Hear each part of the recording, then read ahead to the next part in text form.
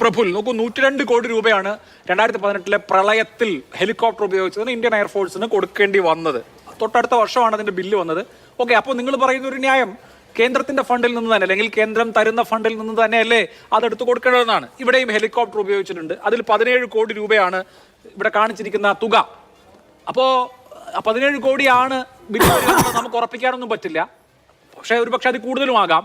സ്വാഭാവികമായി ഈ ഫണ്ടിൽ നിന്ന് തന്നെയാണ് എടുത്തു കൊടുക്കേണ്ടത്. ഇപ്പൊ സ്റ്റേറ്റ് ഡിസാസ്റ്റർ മാനേജ്മെന്റ് ഫണ്ടിലേക്ക് പണം കേന്ദ്രത്തിൽ നിന്ന് അലോട്ട് ചെയ്യുന്നതിനെ കുറിച്ച് നമ്മൾ വേറൊരു തലത്തിൽ ഇത് ആരോ അടിച്ചുകൊണ്ട് പോവാണെന്നുള്ള മട്ടിൽ ചർച്ച നടത്തുന്നതിൽ അർത്ഥമുണ്ടോ? AGയുടെ ഓഡിറ്റ് ഉള്ള ഒരു ഫണ്ടിനെ കുറിച്ച്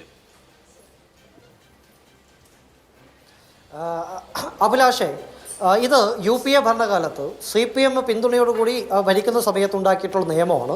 ഇത്തരത്തിൽ അരി കൊടുത്താലും അല്ലെങ്കിൽ ഹെലികോപ്റ്റർ ഉപയോഗിച്ചാലും അതിൻ്റെയൊക്കെ ഫണ്ട് അതത് സംസ്ഥാനങ്ങൾ കൊടുക്കണം. പക്ഷെ ആ കൊടുക്കുന്നതിൻ്റെ ബില്ല് കൊടുക്കുമ്പോൾ ആ ഫണ്ട് സെൻട്രൽ കൊടുക്കും. സെൻട്രൽ കൊടുക്കുന്ന പണം എടുത്ത് കൊടുത്താൽ മതി. നമ്മൾ ഈ പറയുന്ന SDRF നിന്നാണ് അത് കൊടുക്കുന്നത്. ശ്രീ പ്രഫുൽ, കേന്ദ്രം അലോട്ട് ചെയ്യുന്ന ഫണ്ടാണ്. പക്ഷേ ഈ പറയുന്ന SDRF എന്ന് പറയുന്ന നിധിയിൽ നിന്നാണ് ആ പണം കൊടുക്കുന്നത്. തീർച്ചയായിട്ടും അഭിലാഷേ, ഞാൻ വരാം. അഭിലാഷേ, ഈ ശേഖർ കുര്യാക്കോസ് കുറേ കാര്യങ്ങൾ സംസാരിച്ചു. ഈ ശേഖർ കുര്യാക്കോസിനെ പോലുള്ള ഉദ്യോഗസ്ഥന്മാരാണ് പിണറായി വിജയൻ്റെയും CPMൻ്റെയും ഐശ്വര്യം.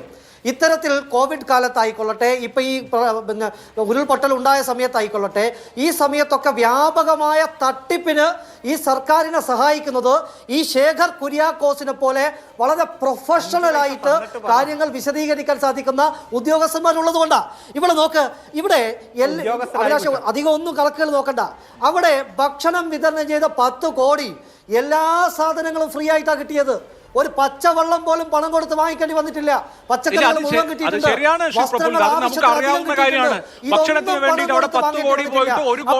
ശേഖർ കുര്യാക്കോസ് തന്നെ സമ്മതിക്കുകയാണ് സാധ്യമായ നിലയിൽ എഴുതിയത് എന്ന് ശേഖർ കുര്യാക്കോസ് സമ്മതിക്കുകയാണ്. 10 കോടി ക്ലെയിം ചെയ്യാനുള്ള ചാൻസ് ഉള്ളതുകൊണ്ട് 10 കോടി ക്ലെയിം ചെയ്യുന്നു. അവിടെ 10 കോടി ആയിട്ടില്ല എന്നുള്ളത് ഓക്കെ. പക്ഷെ അങ്ങനെ 10 കോടി വന്നാലും ഈ SDRF കിടക്കില്ലേ എന്നുള്ളതാണ് ന്യായം. ഇങ്ങനെ കള്ളക്കണക്കാണോ അഭിലാഷേ ക്ലെയിം ചെയ്യുക? ഇതിനൊക്കെ ഒരു ന്യായം വേണ്ടേ? കള്ളക്കണക്ക് ബോധിപ്പിക്കാനാണോ നിങ്ങൾ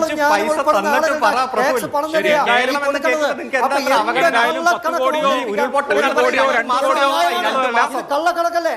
ഈ നിമിഷം വരെ എന്തായാലും പണം കിട്ടിയിട്ടില്ല. പണം കിട്ടുമ്പോൾ നമുക്ക് എത്ര കിട്ടും, എത്ര കിട്ടിയിട്ടുണ്ട് തുടങ്ങിയ കാര്യങ്ങൾ ചർച്ച ചെയ്യാം.